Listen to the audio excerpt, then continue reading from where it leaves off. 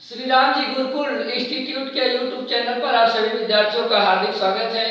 विद्यार्थी, आज हम आपके सामने उपस्थित हैं लेकर के कक्षा 9 और 10 की गणित दोनों में आप जैसा कि जानते हैं दूसरा अध्याय आपका पॉलिनोमियल है, यानी कि बहुपद।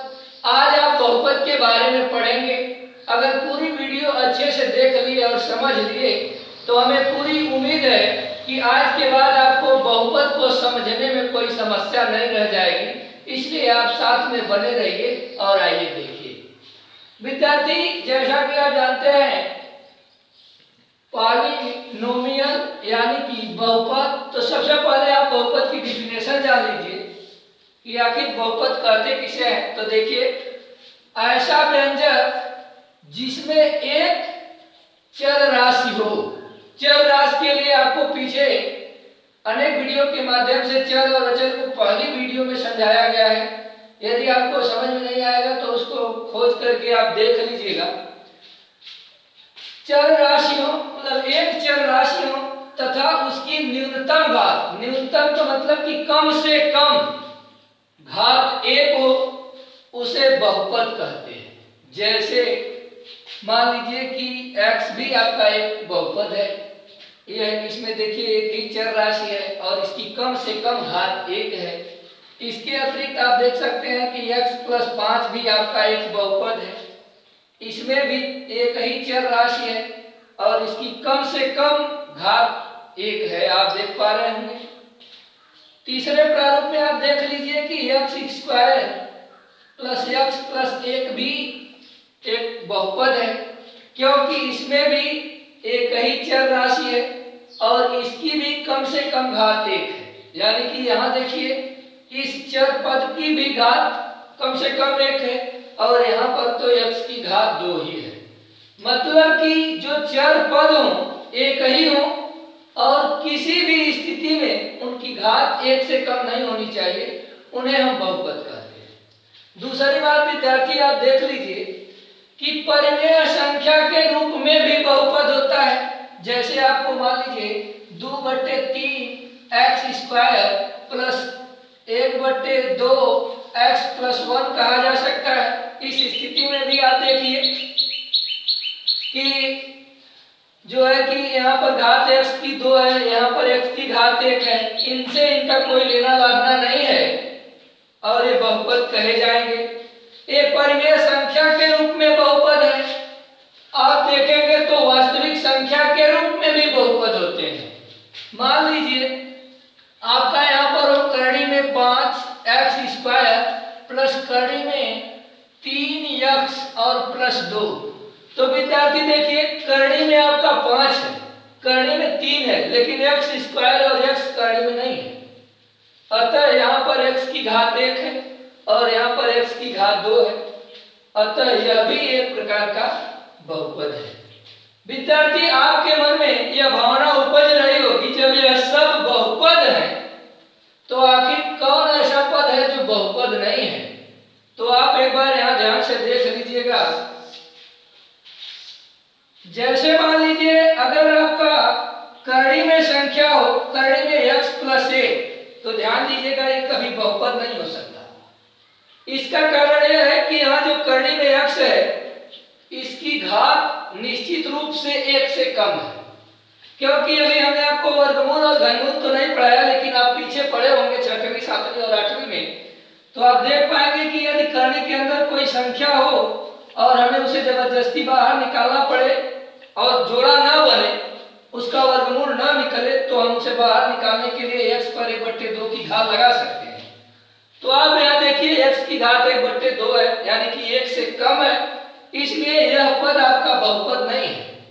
दूसरा देखिए, यदि आपका मान लीजिए संख्या 1/x + x हो तो यह भी बहुपद नहीं है, क्योंकि यहाँ तो x की घात 1 है, लेकिन इस पद में जो 1/x है उसकी घात 1 नहीं है। आप कहेंगे भाई क्यों नहीं है, यहाँ तो x की घात 1 है। तो विद्यार्थी, आप एक बात ये समझ लीजिए कि आप 1/x को इसका जब आगे इंटरमीडिएट में जाएंगे तो एक मान पढ़ेंगे x इनवर्स। यानी x पर -1 की घात। यदि कोई संख्या 1 के बढ़ते हो, चर हो, और उसे हम अगर इस भिन्न के रूप से हटाना चाहें तो उसे हम लिख सकते हैं x पे पावर -1, यानी कि x इनवर्स, घटाने में है इसलिए इनवर्स लगा रहे हैं, x इनवर्स। जबकि यह अभी आपके अध्याय की बात नहीं है, आगे की बात है, लेकिन आप समझ लीजिए कि जब चर करनी में हो और उसका वर्गमूल निकालने पर घात 1 से कम हो तो भी वह बहुपद नहीं होता। अगर इस भिन्न के रूप में हो तब भी नहीं होता। आपके मन में यह कल्पना उठ रहा होगा कि क्या 1/x² बहुपद है, या फिर इसको और बढ़ाकर लिख लीजिए 1/x² + x + 5, तो भी यह बहुपद नहीं है, क्योंकि इस पूरे व्यंजक में जो चर है एक जगह उसकी घात आपकी 1 से कम है। क्योंकि जब इसको खाली अकेले इसको शुद्ध रूप में लिखेंगे तो आप पाएंगे x पर मतलब x इनवर्स 2, यानी x पर पावर -2, तो इसलिए यह बहुपद नहीं है। इन कंडीशनों में बहुपद नहीं होता। तीसरा कंडीशन यह है कि यदि एक व्यंजक में 2 चर राशि तब भी वह व्यंजक नहीं होता, जैसे x + y और -2। विद्यार्थी, बहुपद में कभी भी 2 चर राशि नहीं आ सकती, और यदि 2 चर राशि आ जाएंगे तो वे बहुपद नहीं कहे जाएंगे। इसलिए अब हमें पूरी उम्मीद है कि आपको ये बहुपद समझ में आया होगा। इसके आगे आप देखिए विद्यार्थी, देखिए बहुपद के प्रकार। अब आप पहले मतलब 2 आधार पर इनका डिवाइडेशन किया गया है, पहले अनुसार देख लीजिए, उसके बाद दूसरे वाले को बताएंगे। पद के अनुसार बहुपद 4 प्रकार के होते हैं। पद के अनुसार बहुपद 4 प्रकार के होते हैं। आपका पहला होता है एक पदी बहुपद,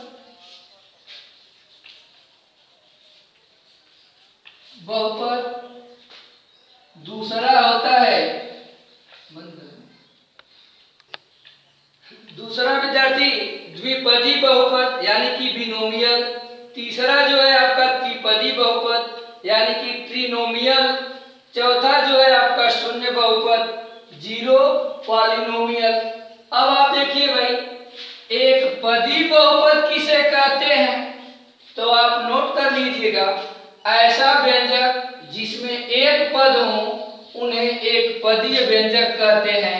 जैसे आप x या 5x या x² या फिर मतलब कि 2x² कुछ भी कर सकते हैं, लेकिन सिंगल पद होते हैं, इन्हें एक पदीय व्यंजक कहते हैं। दूसरा देखिए आपका कहा जा रहा है द्विपदीय बहुपद यानी कि बिनोमियल। तो द्विपदीय व्यंजक में विद्यार्थी आप देखिए, ऐसे व्यंजक जिसमें 2 पद हों उन्हें द्विपदी बहुपद कहते हैं। जैसे आप x + 5 भी कर सकते हैं, x² 7 भी कर सकते हैं, या y + 8 भी कर सकते हैं। ऐसे को हम द्विपदी बहुपद कहते हैं। तीसरा आपका है त्रिपदी बहुपद यानी कि ट्रिनोमियल। इसमें जो है आपके 3 पद होते हैं। जैसे आप मान लीजिए x² + 2x + 1 भी लिख सकते हैं। मान लीजिए इधर y पे q + y² + 5 भी कर सकते हैं, यानी कि इसमें 3 पद होते हैं, इन्हें हम त्रिपदी बहुपद कहते हैं। चौथा आपका विद्यार्थी है शून्य बहुपद यानी कि जीरो पॉलिनोमियल। इसमें जो है कि सभी व्यंजकों के गुणांक शून्य होते हैं। जैसे 0x² + 0x + 0, यानी कि अगर आप टोटल इन्हें करेंगे तो ये 0 हो जाएंगे, इनका कोई मतलब वैल्यू नहीं बच पाता है, लेकिन फिर भी गिनती में आपके हैं। हमें उम्मीद है कि आप पद के अनुसार बहुपद समझ गए होंगे। इसके बाद आप देखिए जो है घात के के अनुसार बहुपद। विद्यार्थी आप जो है कि पद के अनुसार देख लिए बहुपद के प्रकार, अब घात के अनुसार देखिए। घात के अनुसार बहुपद 3 प्रकार के होते हैं। पहला आपका होता है रैखिक बहुपद यानी कि लाइनर पॉलिनोमियल। दूसरा आपका होता है द्विघात बहुपद जिसे हम क्वाड्रेटिक पॉलिनोमियल बोलते हैं। और तीसरा होता है आपका त्रिघात बहुपद जिसे हम क्यूबिक पॉलिनोमियल बोलते हैं। अब देखिए रैखिक बहुपद किसे कहते हैं भाई? ऐसा बहुपद जिसमें एक घात वाला हो, यानी कि जो एक घात वाले बहुपद होते हैं उन्हें हम रैखिक बहुपद कहते हैं। जैसे कि x या x + 5 या x + 3x, आप जो कुछ भी कहें, इसमें देखिए सब में आपकी एक घात है, इसलिए हम इन्हें वन लाइनर बहुपद बोलते हैं, यानी कि लाइनर पॉलिनोमियल बोलते हैं, रैखिक बहुपद। और जिस बहुपद में आपकी अधिकतम घात 2 हो उसे हम द्विघात बहुपद बोलते हैं। जैसे आप इसका द्विघात बहुपद का एग्जांपल आप यहाँ देख लीजिए, x² + 2x + 5। तो आप देख रहे हैं कि बहुपद की अधिकतम घात 2 है, इसलिए हम इसे द्विघात बहुपद बोलते हैं। और यह इस रूप से भी हो सकता है भाई, कोई जरूरी नहीं है कि 3 पदी हो तभी होगा, द्विपदी में भी यह द्विघात हो सकता है। तीसरा बहुपद विद्यार्थी आप देख रहे हैं त्रिघात बहुपद जिसे हम क्यूबिक पॉलिनोमियल बोलते हैं।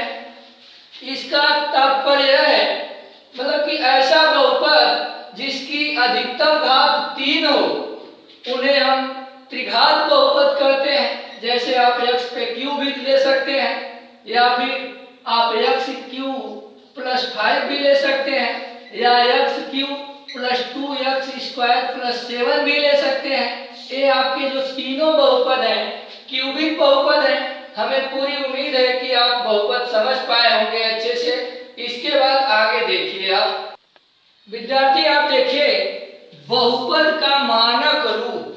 बहुपद का मानक रूप क्या होता है भाई? आपके पास मान लीजिए व्यंजक दिए हों, जैसे मान लीजिए आपका 1 हो, प्लस जो है x पे 4 हो, प्लस x हो, प्लस x² हो, प्लस x³ हो, प्लस जो है इतना ले लीजिए यहाँ तक। इस प्रकार से मान लीजिए कि आपको कोई व्यंजक दिया गया है, तो ये अभी मानक रूप में नहीं है। मानक रूप में यह तब होगा जब आप चर x की घातों को आरोही क्रम अथवा अवरोही क्रम में जब सजा कर रखेंगे तब।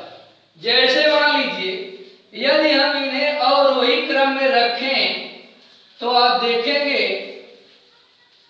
अवरोही क्रम का मतलब ये होता है कि ऊपर से नीचे की ओर जाना, यानी कि घटते हुए क्रम में।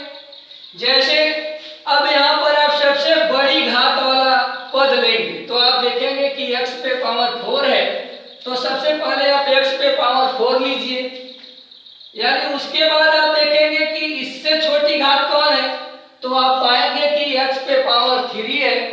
तो आप इस पे जो है कि आप यहाँ लिखेंगे कि x पे पावर 3। उसके बाद आप जो है कि इससे कम घात वाला व्यंजक देखेंगे, पद देखेंगे, तो आप पाएंगे कि यहाँ x² है, तो आप यहाँ x² लिखेंगे।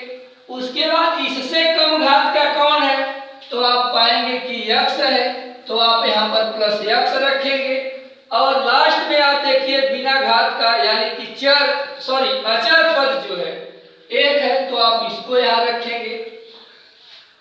उसके बाद विद्यार्थी अगर इन्हीं क्रम को आप बदल लीजिए तो आपका ये हो जाएगा आरोही क्रम।